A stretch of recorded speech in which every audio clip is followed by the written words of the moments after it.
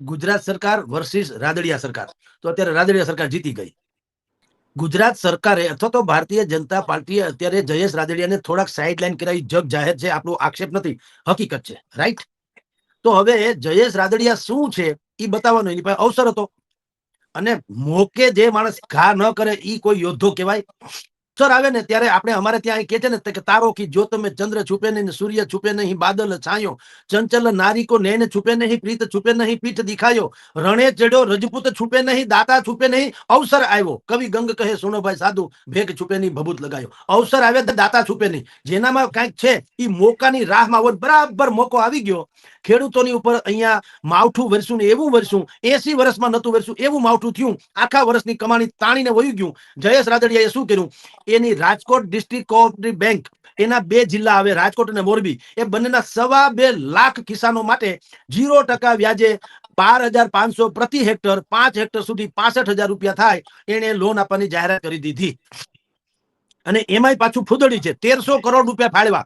અને એનું જે વ્યાજ છે 100 કરોડ રૂપિયા એ બેંક પોતે ભરશે, ખેડૂતોએ ભરવાનું થતું નથી. એટલું જ નહીં, કોઈ કાગળિયા બાગળિયા કોઈ ઇધર ઉધર કુછ નહીં. એનું બધાના એકાઉન્ટ તો છે જ, એને પાક ધિરાણે લીધેલું છે, બધું છે.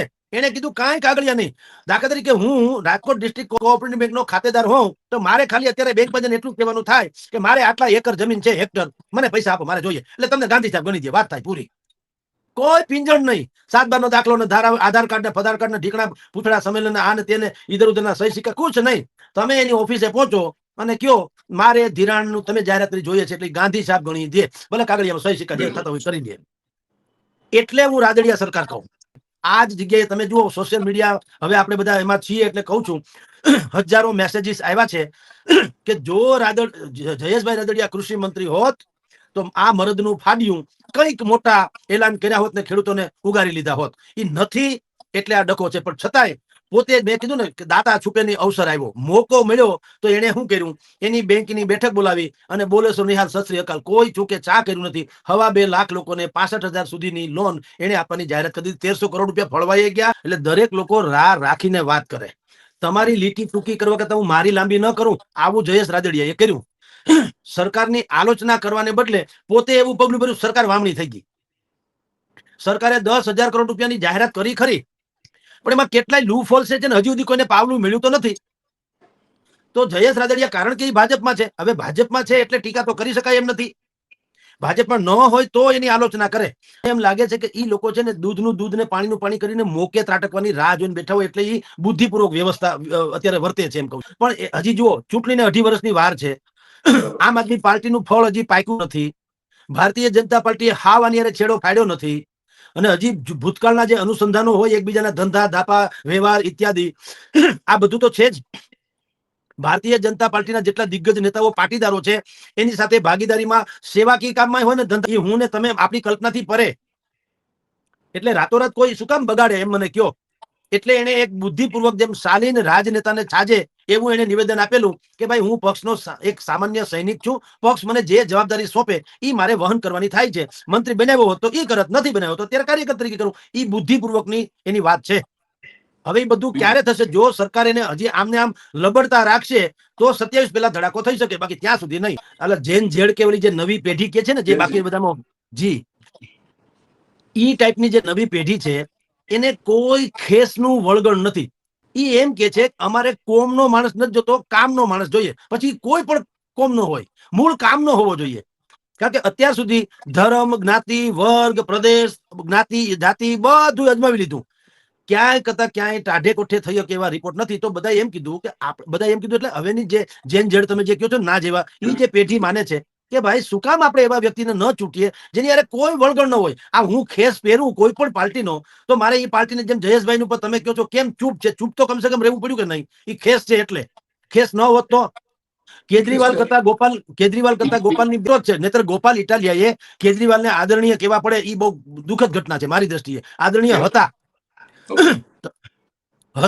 તમે અડધા પડધા તમે શીશ મહેલ બનાવ્યો કે નહીં? હવે એમ નહીં કહેવાનું કે નરેન્દ્ર મોદી પર 90,000 કે 9,000 કરોડના પ્લેનમાં. ભાઈ ઈ છે એટલે તો તમારે વજન હતું, તમે સમજો. તો નરેન્દ્ર મોદી હું ખોટો? અજાણ્યા મિત્ર કરતા જાણીતો શત્રુ હું ખોટો? કોંગ્રેસ તો છોડો, તમે જુઓ લાલુ આરે બેઠા, મુલાયમસિંહ યાદવ હારે બેઠા, મમતા બેનર્જી હારે બેઠા, ડાબેરી હારે બેઠા, એટલે જેને જામીન ન મળે એવા લોકો છે એની હારે તમે જમીન આપીને બેઠા. તમે વિચાર તો કરો. જયેશ રાદડિયાએ જાહેરાત કરીને, હું એમ કહું ગવર્મેન્ટ છે ને ગુજરાત સરકાર, એને બિલકુલ આમાંથી પ્રેરણા લઈ ઇમિડિયેટલી બીજા બધા નિર્ણય કરવા જોઈએ. કારણ એવું છે કે તમને ક્યાંક તમે અવઢવમાં હતા તો જયેશ રાદડિયાએ તમને યા તો તક આપી અથવા તો પ્રેરણા આપી. આપણે કહીએ ને કે સારું થયું મળવાને તમને શબ્દો મળ્યા, ચરણે આવું તો વર્ષોના વર્ષો લાગે, સારું થયું તમે સમજો છો શાનમાં, કહેવા બેસું તો વર્ષોના વર્ષો લાગે. તો જયેશ રાદડિયાએ જે કર્યું, હવે રાજ્ય સરકાર એક ફતવો બહાર પાડે આગળ કે ગુજરાતમાં જેટલી પણ જિલ્લા સહકારી બેંકો છે એ બધાને વિનંતી કે તમે પણ 0% વ્યાજે ખેડૂતોને લોન આપવા માંડો, અને તમારે એમાં જે વ્યાજ છે એ ખેડૂતો પાસેથી લેવાનું થતું નથી, વ્યાજ ગુજરાત સરકાર ભરશે, અથવા તો તમે એક નફો, એક વર્ષનો થોડોક નફો ઓછો થશે તો ઘોડ્યો, કારણ કે બધું તમે નફો કમાણા તો ખાતેદારો પાસેથી જ ને. તો એક વખત જાણે ઓછા કમાણા, શું ફેર પડે?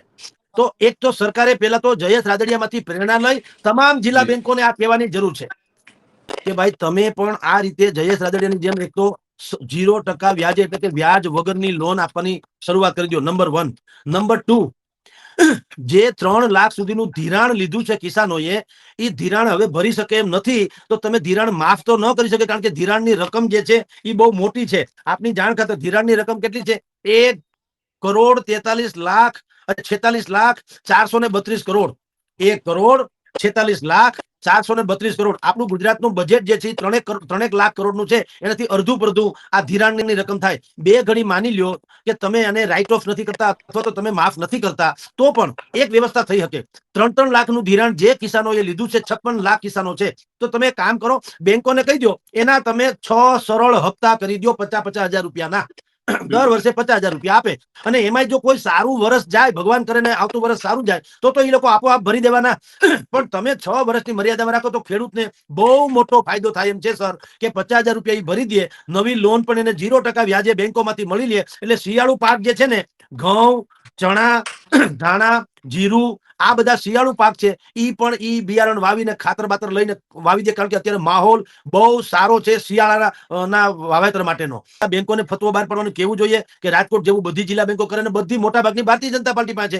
જુનાગઢ, પોરબંદર, ગીર સોમનાથ, એ કિરીટભાઈ પટેલ એના રણીધણી છે જિલ્લા બેંકના. કિરીટભાઈ વિસાવદરમાં હારી ગયા, એને તક છે કે ખેડૂતોના હામી થવાનો, જેથી કરીને ભૂતકાળનું જે છે એ નિરાશા ખખેરી શકાય અને ખેડૂતોને કહી શકાય કે હું તમારા દુઃખમાં ઉભો રહ્યો હતો. તો એને કરવું જોઈએ. દિલીપ સંઘાણી અમરેલીમાં છે, આપ જાણો છો, એની બેંકે ફાયદા બધા નફા, કરોડો રૂપિયાના નફા કરે છે. તો તમારે નફામાંથી નુકસાન છે, તમારે ભૂલ તો ઈ પણ કરવું જોઈએ. નંબર 1. નંબર 2, આપની જાણ ખાતર રાજ્ય સરકારે 10,000 કરોડનું બજેટ બહાર પાડ્યું, રાહત પેકેજ બહાર પાડ્યું, પણ એમાં શ્રમિકોનો ક્યાંય ઉલ્લેખ નથી, જ્યારે કે શ્રમિકો કરોડની આળેગાળેના છે. તો જે શ્રમિકોએ શું કર્યું હોય, હું ખાતેદાર છું, તો મને અત્યારે સરકારે શું કીધું કે 1 હેક્ટર દીઠ 22,000 એટલે 2 હેક્ટરના 44,000 મને મળશે.